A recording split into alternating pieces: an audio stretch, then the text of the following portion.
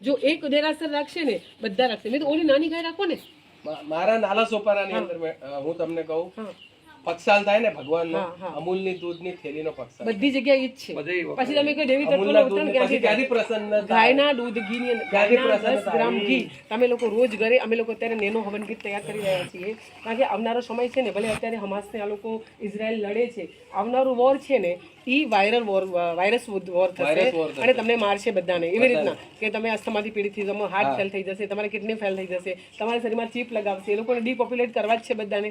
તો ત્યારે તમારે ઘરની અંદર રોજ ખાલી 10 મિનિટ હવન થશે ને તો આખા ઘરનું વાતાવરણ ચેન્જ થઈ જશે.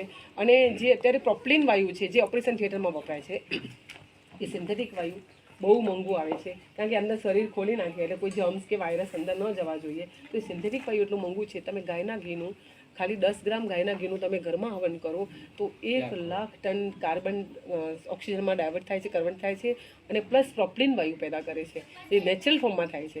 તમારે મસ્તીથી ખરેખર જીવવું હશે ને તો આવી પ્રાચીન પરંપરાઓ પાછી લાવવી જ પડશે.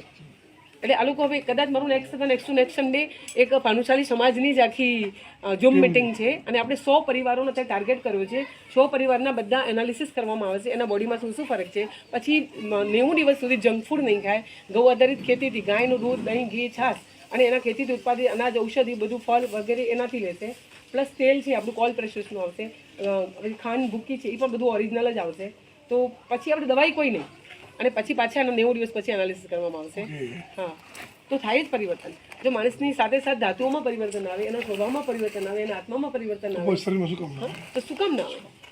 હમણાં મારા સાહેબ વિડીયો આવ્યો છે ફેસબુક પર, મેં બધાને મોકલ્યો છે કે પશુ આધારિત તમે જીવન જીવો ને, જે પશુ જીવી રહ્યા છે, તો તમારે પશુ કોઈ તો ડોક્ટર પાસે જાય, પંખી જોયો એ કે એ છે ને બીમાર પડે ને તો ખાવાનું છોડી દે. બિલકુલ એ આખું એને કીધું છે કે પહેલા સુઈ જાઓ, તમે ટાઈમ પર સુઈ જાઓ, 7 વાગ્યા પહેલા પશુ ખાઈને હોયો જાય છે, રિઝર્વેશન કરતો. એ આખું પશુ આધારિત તમે એનું જીવન જોઈને તમે તમારું આધારિત કરો તો તમને બીમારી ડોક્ટર પાસે 9:30 વાગે સુઈ જાઓ. આપણે સુવાનો સમય છે 10 થી 4.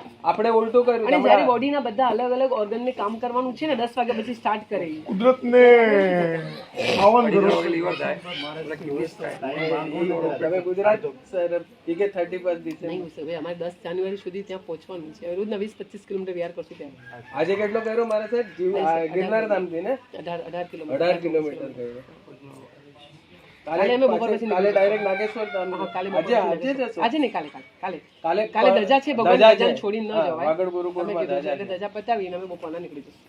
એટલે બાકી કોઈ પ્રોબ્લેમ નહોતો. હવે આ લાસ્ટ યરથી ફાઇનલ થયેલું હતું. એટલે તો તમે એ ઝૂમ મિટિંગમાં પણ જોડાજો અને તમારા જીવનમાં પરિવર્તન કરો, મસ્તીથી જીવો. ભગવાને મનુષ્યનું જીવન આપ્યું ક્વેશ્ચન છે કે આપણે કેવી રીતે ખબર પડે કે ઓર્ગેનિક છે કે ઇનઓર્ગેનિક છે?